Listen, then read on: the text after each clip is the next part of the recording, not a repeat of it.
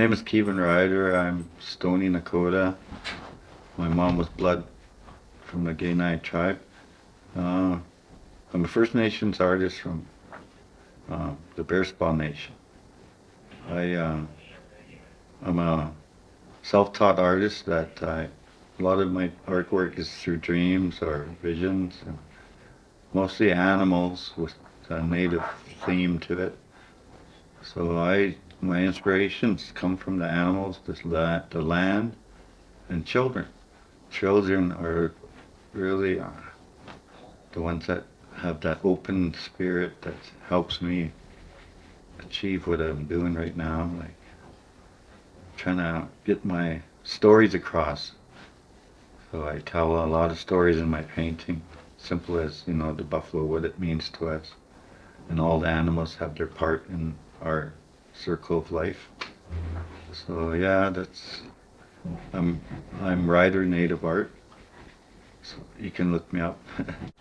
As children, I try to teach the children our our ways, and they're so open to learning that it helps me to see it in their eyes. The innocence,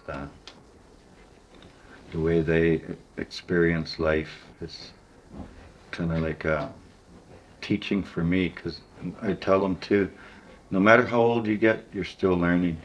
You'll learn until you get old too. So like I taught I'm doing actually a children's book right now. So, I'm the illustrator of it with stories from elders and different people from my reserve. So, and then I do murals. I do like just being here.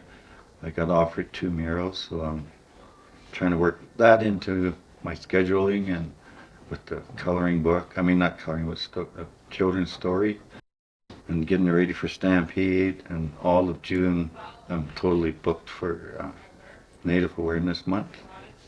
Future children, grandchildren, need to understand and be proud of who we are, because society makes us not accepted in our ways, but now it seems like they're opening up to our ways, our generation, hearing our stories, hearing our pain, our suffering that we suffered for years. And it's just we all should be living as one. That's how I look at it. I'm lucky enough that I can produce our artwork. It's just like stories are coming out, and sometimes I don't even know what I'm. It starts with maybe a basic animal, but in the end, it'll come out as a story that kind of comes to the painting. My brush is this painting, and then next thing an animal appears. Well, I grew up in the Horn Society. My grandparents they never knew English.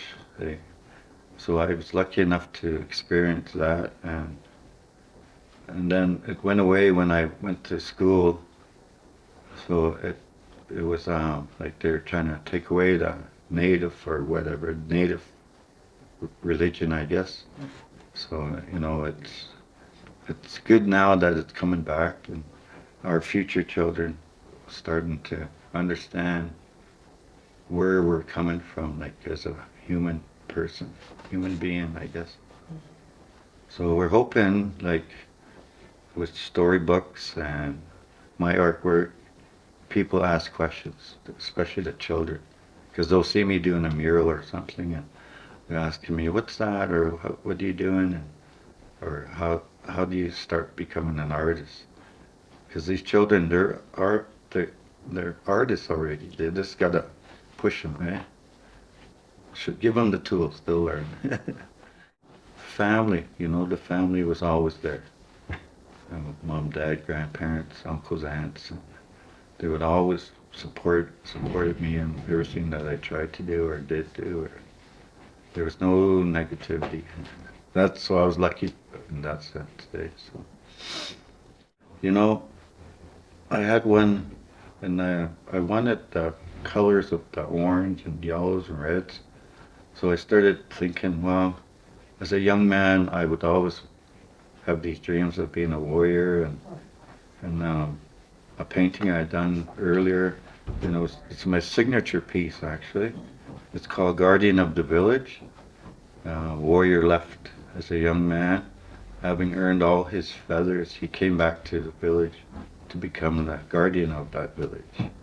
And that painting is actually right here.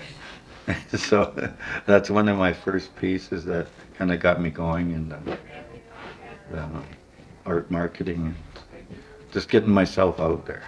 So as a young man, it was always warriors, like, you know, how stories came to me and told to me how we go through our cycle of life.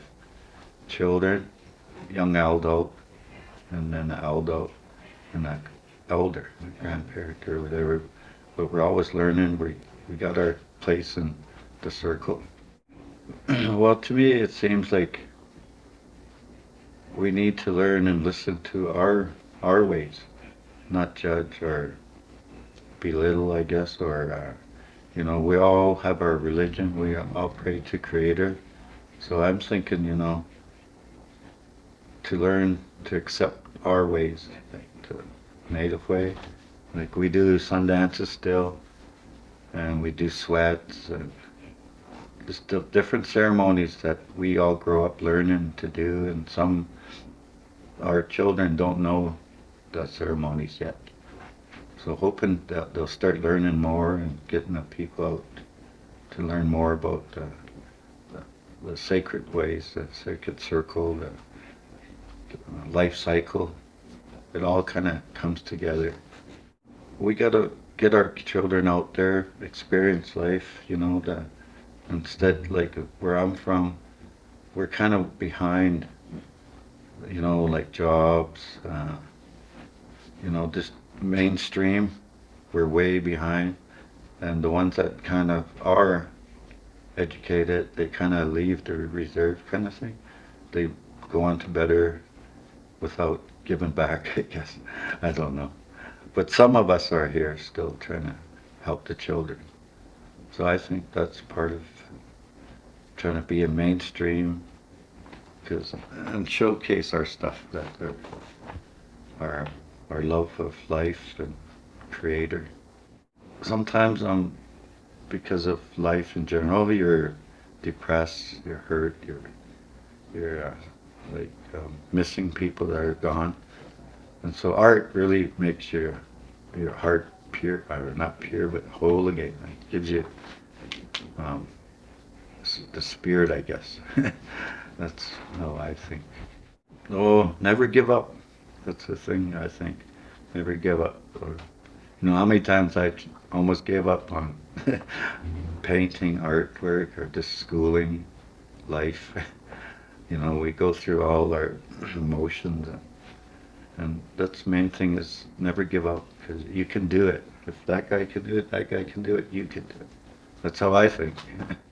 Come and see me. Come and see my art. Writer native art.